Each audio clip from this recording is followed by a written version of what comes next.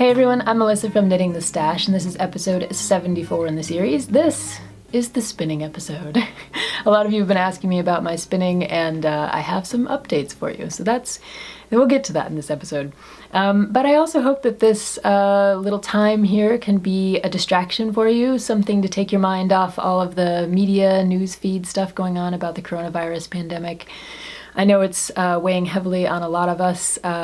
Here in Illinois, we are on a shelter-in-place mandate now, so we're all supposed to stay home, but Spencer and I have been pretty much staying home for the last week and a half, 2 weeks.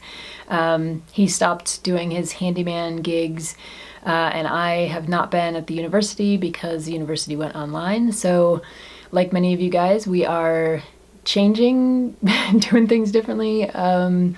We're down to, the one salary household, and things are, so far so good. But my thoughts are with everybody who's out there on the front lines, and those of you who need to go out to work, my appreciation goes out to you, and I do hope that all of you who are watching have what you need in terms of food and supplies and comfort and all those good kinds of things.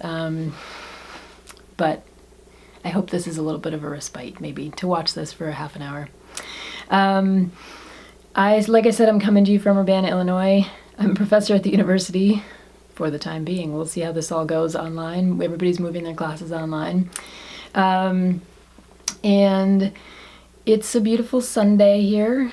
It's kind of a little overcast, but do remember that if you can get outside into nature, go for a little walk. I mean, of course, staying apart from your neighbors, but you can get outside. The world is still a beautiful place, and I'm looking out the window at it right now, and it's looking pretty good. I might get out there for a little stroll myself today. We usually go for a walk every day with the dogs, and I think it'll be a good idea to keep that up. Let's see. So, all the regular stuff still holds. You can find me everywhere as Knitting the Stash. Here on YouTube, obviously, on Ravelry, on the blog, which is knittingthestash.wordpress.com, over on Instagram, all the good stuff. And what am I wearing today? I'm actually wearing a woolly thing because this weekend it's in the 20s. Kind of cold. We have all our little garden starts going, but outside it is not so happy for little vegetables yet, so soon we'll have a garden. And this that I'm wearing is the Sunny Everyday Cardigan by Albina McLaughlin of LB Hand Knits. I think you can see it all there. It is the first pattern that I worked on with Albina, and it was such a great learning experience because I was learning about her strategies for knitting and how she knits, and she's a very intuitive knitter. She likes top-down sweaters, and then I came to the kind of collaboration as someone who was like very pattern-focused and instruction-based and bottom-up sweater knitter. So it's been a lovely relationship that we've had over the years, and I'm actually test knitting another sweater for her right now, which is coming out pretty well. So this is the Sunny Everyday Cardigan, really beautiful, easy top-down, pretty little cables. And she actually chose the color for this a couple years back when we were working together. She sent me this yarn, and I think it's just a lovely sweater, so I'm glad to be wearing it on this kind of little bit overcast kind of day. It is sunny every day, right? So I don't think I've said hello yet in terms of welcoming you. You are most welcome here. I do hope that all of you are faring well and you and yours are well or doing okay in all of this crazy. If you're coming back, it's always lovely to see you, so thank you so much for being here with me. So what do I have for you today? I have spinning. I just finished my fin spin. This is from actually it's maybe a 6-month-old spin. My guildmates and I were working on some breed-specific stuff for a while there, and this was my contribution. I was doing a fin spin. They did far more. They had binders and did all kinds of stuff, but I was sweater knitting, so I got in on the fin. So I have a fin spin for you. I have some CVM Romeldale cross fleece that I prepped and spun and knit with to show you. I was actually supposed to give a talk to the Illinois Sheep and Lamb Producers Association this weekend, as of yesterday, but everything's been canceled. So I'll give you a little bit of a tour of some farm-to-skein yarn that I was going to talk to them about. So it's not spinning, but it's still farm to skein. And what else do I have for you today? Sleeve to sleeve. All my sweaters need sleeves, except one of them has one sleeve. The other one has like sleeve caps. You know, it's just, I need some sleeves, man. It's like I'm on Sleeve Island from hell. It's like I need to just like knit 6 sleeves right now. So I'll tell you a little bit about that. And I have the giveaway announcement for Maniototo Woool. So exciting times. And by the way, in the next episode, I think either the next episode or the one after that, I have a huge giveaway coming from Cami Noyes of Ranching Tradition Fiber. And as many of you know, Cami's been featured on the blog a bunch of times. She is a shepherdess and spinner and producer of the Copper Cave Fiber Fest out in Montana. She's one of my favorites to interview and to talk to about sheep and wool, and so she's got a giveaway for us from some of her beautiful new yarn. So that's coming up. Not this episode, but soon, so stay tuned. As always, we have our cows going on. You can check that out in the Ravelry group. And I put up a new thread over there the other day about what we're making in the pandemic. So if you don't have a community right with you, if you're living alone, if you're in a situation where you need some connection, we have that thread going on. I love messaging with you guys, answering emails, any of that kind of stuff. So hit me up, DM me on Instagram, email me. I'm happy to be your community for a little while here as we're all trying to find ways to connect with each other when we're not in person. So please let me know how you're doing. Please, please, please. So let's jump into the fin spin, shall we? So my guildmates were doing, like I said, a kind of breed-specific study for a while there, and they spun up a bunch of different kinds of wool, and some of them were keeping binders and really going for it. I was, of course, knitting a lot of sweaters, and so I got in on the fin spin. And what I do when I acquire roving, by the way, and I don't know if, I'm guessing you guys all do this too, I take a little tag and I write on it what kind of fiber it is and then when I acquired it. And that way I kind of know, and where I acquired it from if possible, because that way I remember lots of things about it when in fact it's been a few years. This stuff I got in 2016 actually, so it's been a little while. And fin sheep are a pretty interesting breed of sheep. They're apparently an old Scandinavian breed, but they've been domesticated for a very, very long time. And we actually had a little fin sheep out on the pasture this past summer. His name was Mouse. He was a wether, and he was one of my favorites besides Dolly, of course. And actually, he and Dolly kind of hung out together because as I talked to Kathy about it, she said, oh, they don't want to hang out with those Corriedales. Like the Merinos all kind of really wanted to flock together, which is a kind of, like Corriedales have a lot of merino in them, and apparently merinos really like to just flock together, whereas the Finn and the Dolly, who was more of a long wool, were a little bit like, nah, it's cool, we're on our own. So they would hang out together, they kind of pair up a little bit. And Mouse was naturally colored fin sheep, so he had gray and black and just like a beautiful fleece. And Kathy actually had more fin sheep a while back. They're really prolific sheep. Like when they give birth, they can have multiples. So, 4 or 5 sheep, lambs. And I think they can lamb, if I remember right, they can lamb more than once a year. So a lot of the fin that you would come across in major production or where you'd buy fin roving or something like that, you're likely to find just a plain white, cream-colored fleece or roving or yarn, because that's, like most sheep, it's the white fleece is kind of the predominant variety. But Kathy had gray and black fin, and they were beautiful. And actually I had Dottie, who's in our guild, bought a fleece and separated it out so that she had the grays, the light grays up to the dark grays, and then the blacks. And she spun it that way, so all the light gray went one way in one bobbin, one skein, and then the darker gray and the black. So she came in with a basket of yarn one day, and it was this beautiful gradient of fin, and the fin was so soft and lovely. The Fleece and Fiber source book, which I think I've referred to you guys to before. This is an old used library copy of it that I got, I think, used on Amazon or eBay for pretty cheap. It's kind of falling apart, as you can see, like The inner text is falling apart from the outer binding. I should probably fix that. But they say that Finn sheep, the fleece weight is usually 48 pounds, and that is 4 to 8 pounds. And that was pretty true of Kathy's sheep. They're pretty little, and their fleece were pretty small. Staple length 3 to 6 inches, and microns 24 to 31. So a fairly fine fleece. Apparently, she says Canadian Finns can run a little finer, more like 22 to 24 microns. And the lower you get in micron count, the finer the fleece is. So like merino will have a very low micron count compared to some of the other, like Corriedale's a medium, so it's not going to have as low of a micron count usually. And like I said, a lot of Finn roving that you're going to find is going to be not the gray or the black, but more of a creamy white, and that's what I have.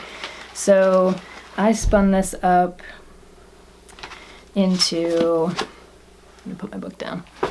I spun this up into a 2-ply. Usually I do a 3-ply, but since I was just experimenting with the Finn, I just went for a 2-ply, and it is not quite perfectly dry yet, so I'm hoping you can still see it. I don't want to skein it up too tightly because it's still a little wet.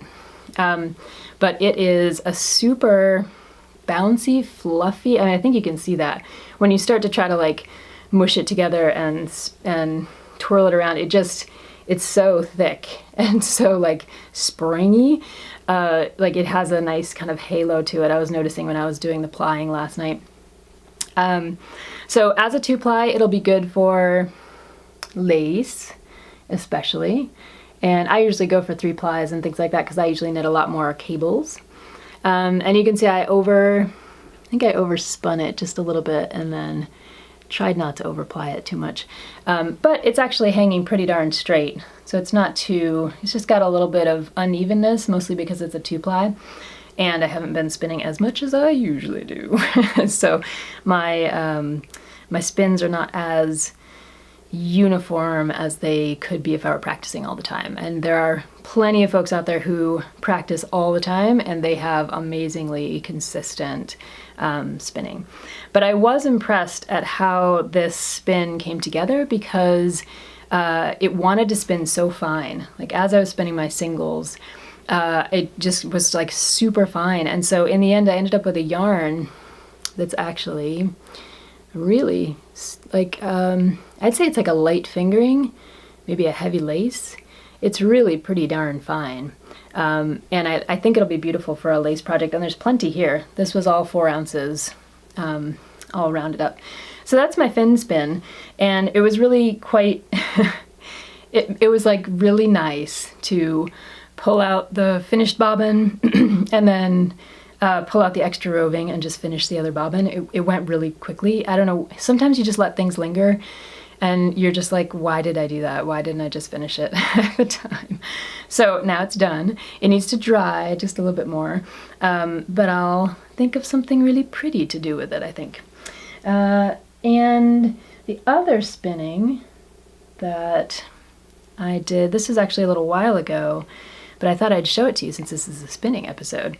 This is a CVM Romeldale Perendale fleece that I got from Jennifer Geyer and Anna Rune's sheep. And we went and visited. Jennifer has been a long-time friend. She's in Colorado, and I featured her on the blog and the podcast a bunch of times. Wild Lily Artisan Fibers is the thing that she runs, but she also is a kind of wool sorter, wool woman for Anna Rune's sheep.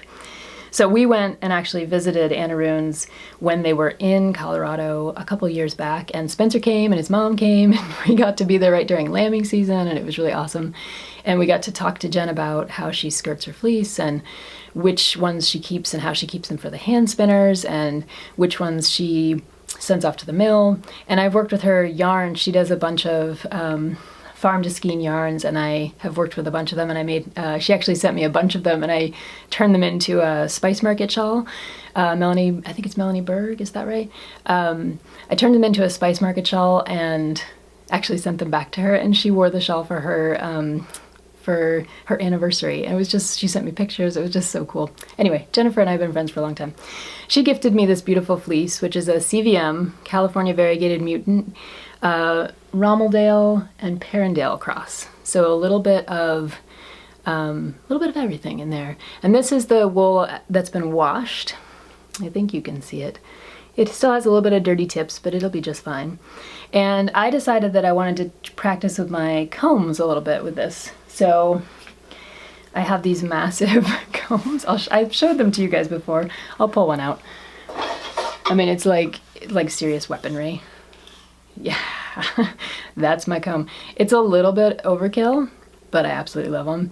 And they are kept in nice sheaths over there so that no one will get hurt. And I actually acquired these when Zach, my son, was very small. And so I was sure to keep them like locked away from him just to make sure he wouldn't accidentally grab them or poke himself on them.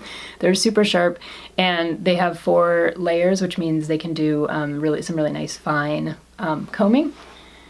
So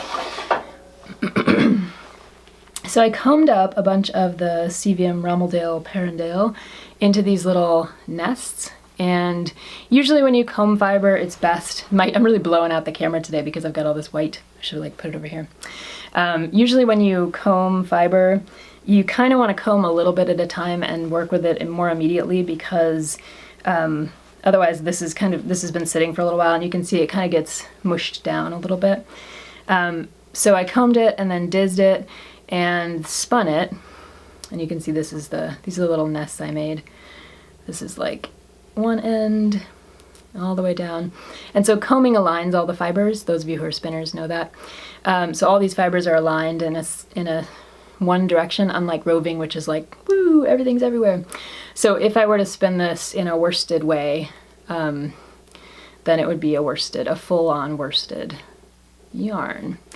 And not a woolen yarn. A woolen yarn is from roving, and you spin it with a long draw and all kinds of other things. So I combed it, the CVM Romeldale, and I made these little nests. And then I spun it up, and then I turned it into let's see, what did I end up doing with this? I did a 3-ply, I think. Yeah, I did a 3-ply, and then I knit up a little swatch. So this is my CVM Romeldale Perendale all knitted up. And I did, your regular stockinette. I did some garter. I did a little cabling just to see what it would look like. A little kind of lace, kind of like yarn overs just to see what they'd look like. And some ribbing down at the bottom. So this is it's a good idea if you're like playing around with a new yarn to kind of do it all just to see. And like I said, I'm pretty sure this was a 3-ply that I spun. Yeah, totally a 3-ply. So that explains why the cables kind of pop pretty nicely here. And the lace doesn't open up quite as much as it might, but it's a fairly fine yarn. And I really liked the kind of handle of it. It feels really nice. I think I was swatching because I was thinking I might want to knit up Epistrophe? It's a Kate Davies cardigan that's all in white except for a little bit of color work around the yoke. And I still might do that with this. I would love to make that my own like hand spun sweater. I think that's kind of on the menu for me. I would love to do that particular cardigan. And I think if I were to be able to spin up this CVM Romeldale Perendale in a 3-ply like this, I think it would be kind of perfect. So yeah, that's the other spinning I did recently, within recent memory.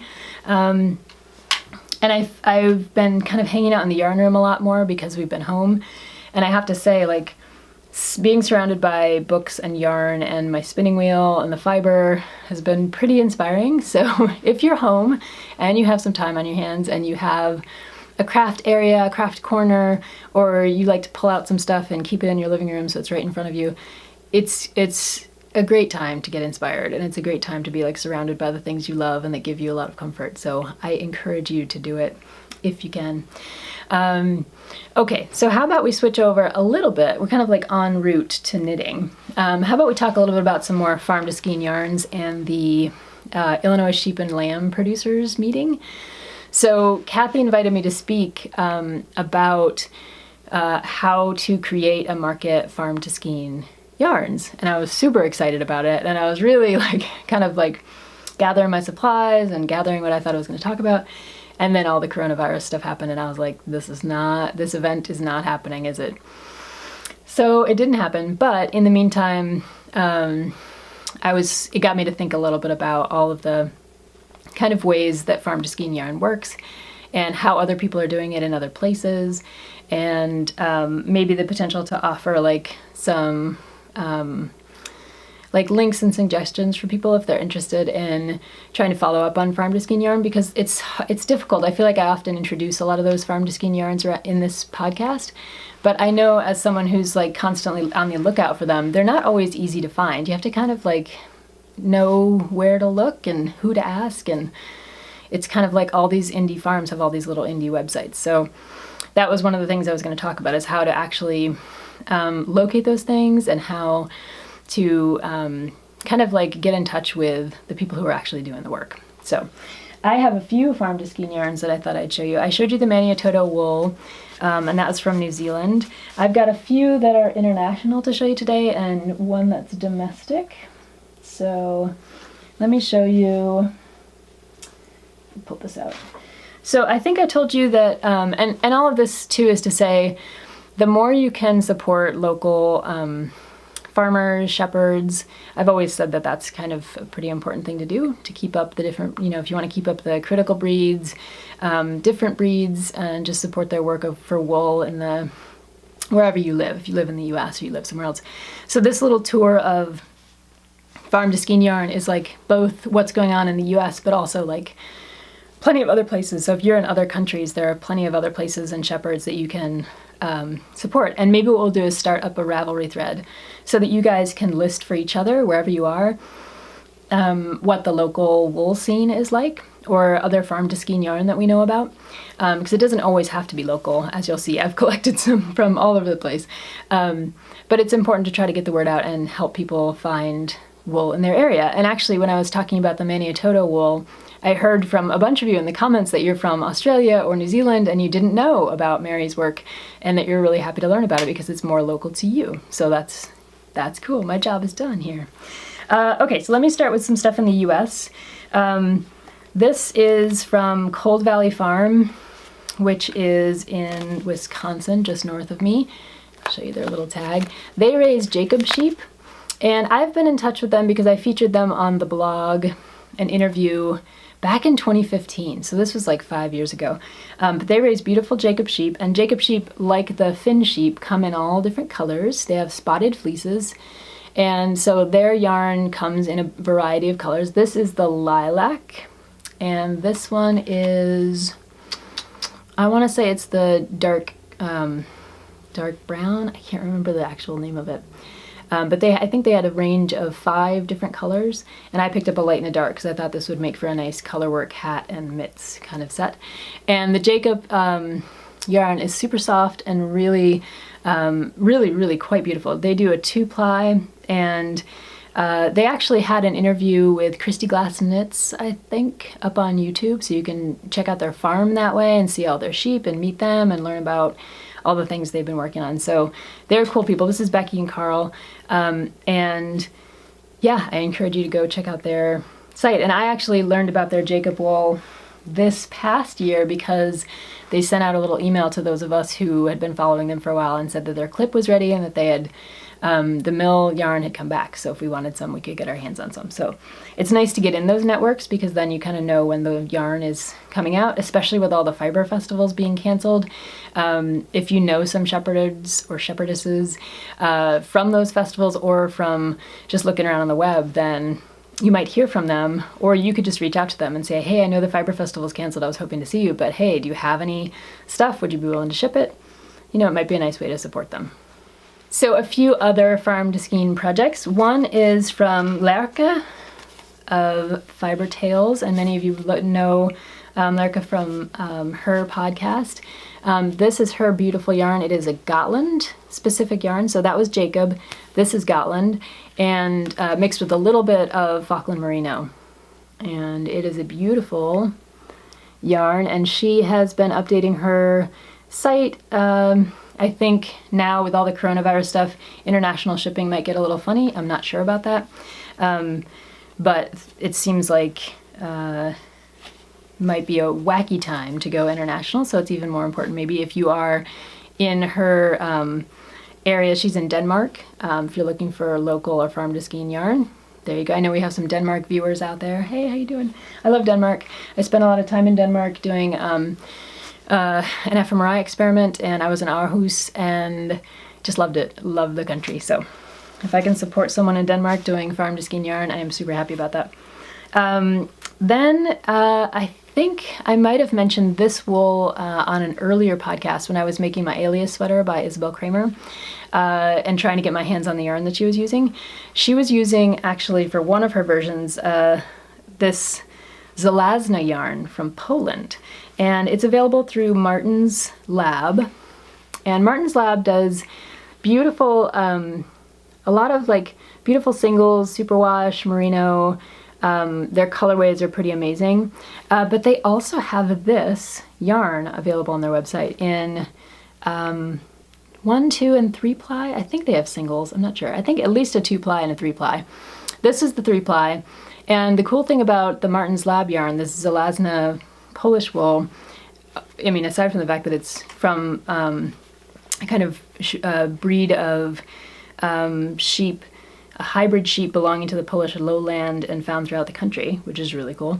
They actually have seconds available on their website. So all the wool that I got from them in this 3 ply, they consider to be seconds. So there's like a knot or 2 in the skein. I'm not really bothered by knots. I spit splice, I will weave in ends, no problem. And if you get the seconds, it was half price. So I was like, half price for a couple of knots? I am totally on that.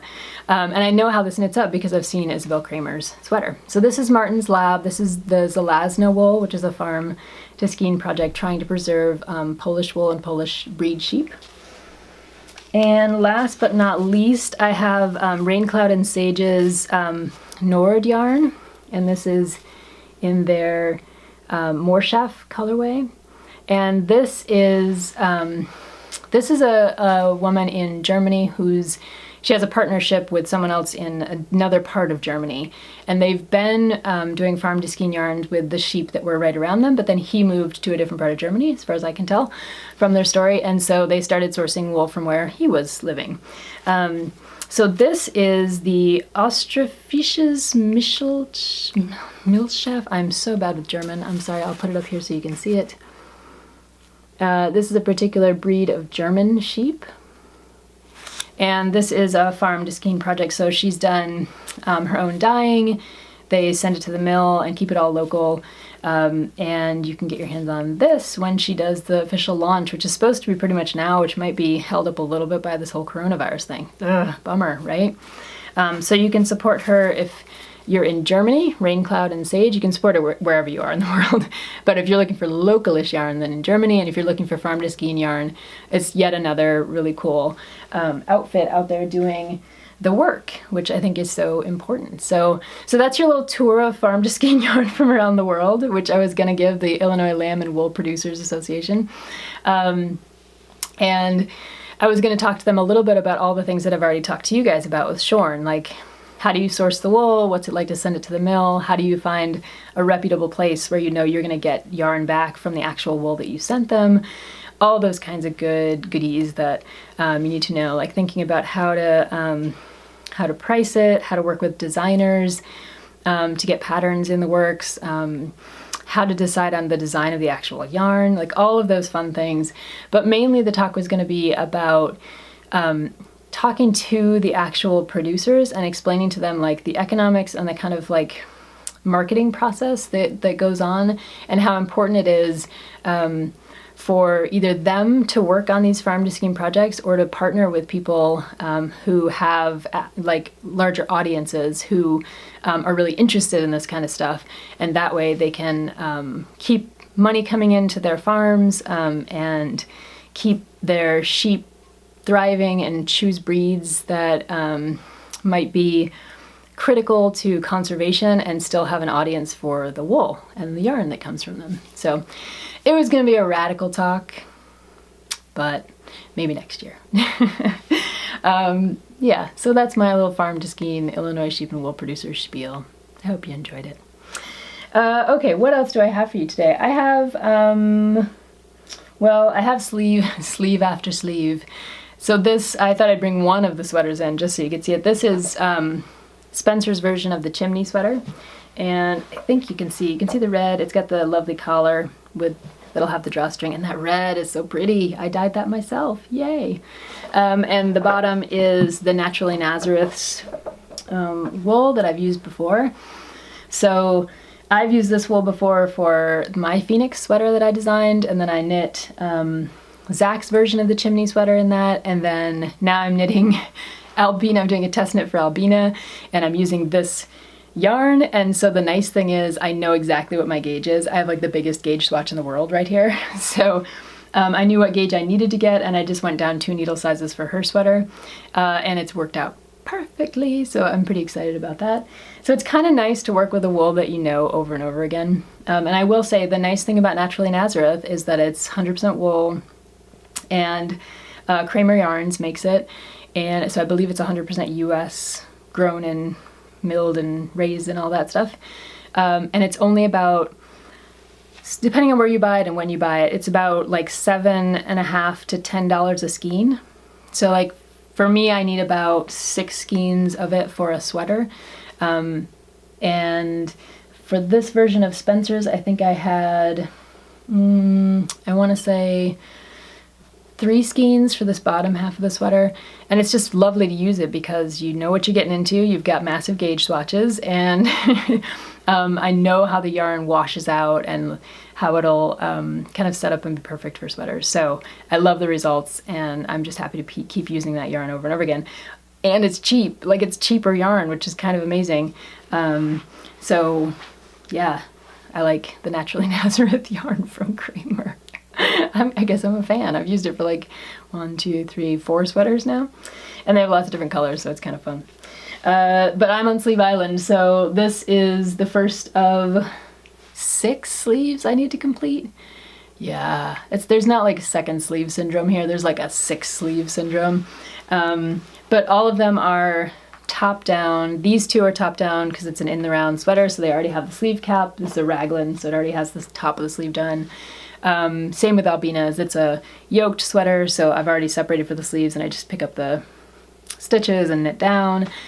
And then the Afterthought sweater, the Sweet Georgia one I'm still working on, that's been a little bit trickier because I picked up my stitches and I started doing the sleeve cap, you know, and I have a video up about how I do it, where you kind of use short rows to shape the sleeve cap, that I learned from Isabel Kramer a long time ago from one of her other patterns. And the problem with that is that I'm using 2 colors and it's striped garter stitch. Yeah, so on one side it looks beautiful, but on the other side there's a slight little line, like a zigzag. So I think I might pull it out, and I got busy with these other sweaters, but I think I might pull that out and redo it and see if I can perfect a technique for striped garter stitch short rows. And if anybody knows of one already, a good tutorial, let me know, because I would love to just take advantage of someone else's knowledge on that one. So I'm in Sleeve Island, and it's a big island. It's 6 sleeves. It's 6 sleeves long.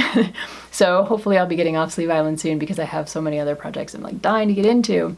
All right, so the last little segment here is a few shout outs and the giveaway winners for the Maniototo Woool. So a couple of shout outs. Number 1, I have to say I got the new ply issue, and I've been a bad girl. I haven't always read my ply issues cover to cover because I've been a little busy lately. I know, I used to read them cover to cover and then I kind of slowed down on that. But this new issue, which is about fur, is freaking really cool. So if you've got a ply issue that you haven't read, read this one. I mean, there's some stuff in here about spinning with dog fur, cat fur, chinchilla fur, and then there was one that was really great. It was lots of Angora, of course, sea otter fiber, I mean wolf fiber, mountain goat. I'm just loving this issue. This is like, I picked it up and I was just like, I think I need to read this cover to cover because this is really, really cool. Tons of Angora in the middle if you're into Angora, but for me it was the sea otter. There's a special thing in here on Tunis as a breed, and then the wolf, the dog, the cat, go for it. So there's my shout out to Ply. I'm sorry that Ply Away was canceled this year. That really stinks for a lot of you, but hopefully you'll be able to meet up next year, and you can keep supporting indie magazines like this by writing in and subscribing and all that kind of good stuff. I've had my subscription since the beginning, and I love the work that JC Boggs Faulkner is doing here. And yeah, so Ply Magazine, awesome, great issue. Amy B of Conjure Yarns was doing a giveaway, and somehow I want a giveaway. That's kind of, I love that. I do so many giveaways for like all of you guys, and then every once in a while I enter one, and then sometimes you win, I guess. Yeah. So Amy B of Conjure Yarns sent me a copy of Nomadic Knits. This is the 6th issue in the series, and her yarn is actually featured in here in the, where's the top? It's this really cute, perfect for summer tank top. Where is it? Where are you, beautiful tank top? There it is. Really cute tank top that features her yarn. She is the mind behind Conjure Yarns, and actually she's having a sale on all of her yarns right now. So if you go over to Conjure Yarns on Etsy, I think she's doing like a 15% off sale, and it's still going on. So her yarn is really beautiful. She does some natural dyeing as well on some natural fibers. So if you're into that kind of thing, her shop is full of beautiful stuff. And she does some superwash, really awesome kind of bright and happy colorways, and some kind of very subdued, moody kind of colorways. So that's Conjure Yarns, Amy B, and this is Nomadic Knits, and I really love this little, I don't know what you call that. What do you call that? I love it. And I kind of been dying to knit with some mohair, so I kind of feel like that might be a necessary knit. What is it called? It's called Will of the Wisp. Will of the Wisp by Melissa Kemmerer. And yeah, it's just a really beautiful, like, I don't know, it's like a little cropped top thing, I think. Yeah, anyway, beautiful. That's my shout out. And the last, of course, but certainly not least, is the winners of the Maniototo giveaway. So Mary Furnace Ware of Maniototo Woool in New Zealand sent along lots and lots of wool, and on the last episode I talked about the wool. I showed you how I knitted up into a cowl, and I talked about some of the sheep in New Zealand and the different landscape they have there and all that stuff. And Mary sent along some beautiful wool for the giveaway. So this is it's all falling off my lap. This is the luxury lamb's wool. Really beautiful, in this beautiful denim color. That was one giveaway. And the other giveaway was for the Rough Ridge DK, one in a natural heathered blend and the other in duck pond.